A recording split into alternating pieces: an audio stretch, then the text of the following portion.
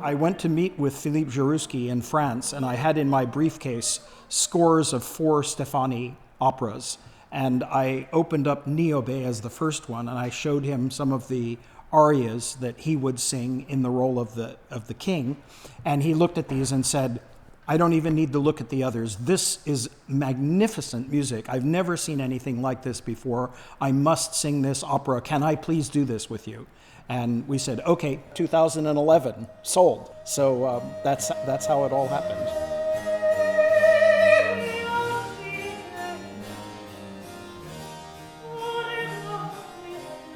Niobe is a story of unfortunate queen.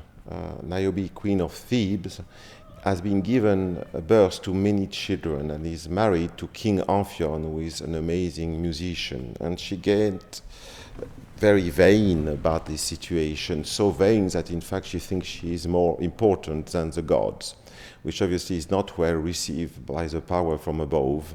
And she gets killed, and so are children by the end of the story. That is the main line of the story. There is a lot of side subplots to this main drama. We see all type of action taking place, a love story, a religious conflict, also some magical element are linked to the story, and it creates a kind of epic drama which is clearly inspired by a Greek drama, but have all the elements of the Baroque fantasy and the Baroque era.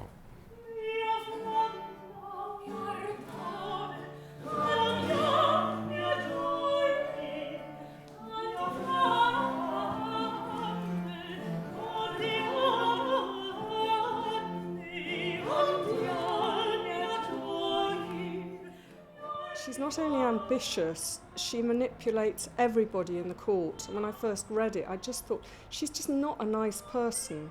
And then her husband, Amphion, who's the king, who cannot decide whether he actually wants to go on being king or not.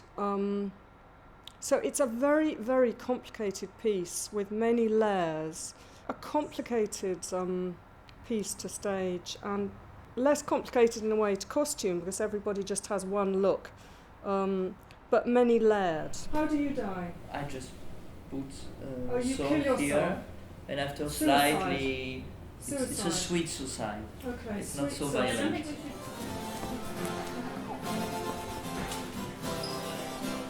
For us, the rehearsal process is at least as exciting as the performance in doing a production like this, because it's a continual journey of discovery for all of us. And we have such a superb team, not just the soloists doing the main roles. Gilbert and his magnificent overview of the whole. And this year we've instituted a couple of new things, a new dance troupe and a new young artist program and so on. So there's a feeling of quite a large team all on a journey of discovery.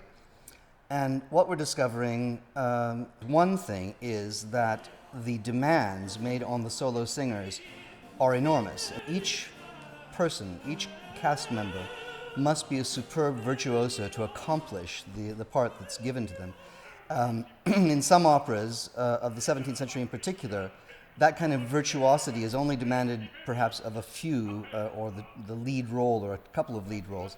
In this case, it's right through the whole cast. So we know one thing about Steffani and his situation in Munich in 1688, which is that he must have had a superb cast of singers to have written such music. And luckily, we also have a superb cast to accomplish it now.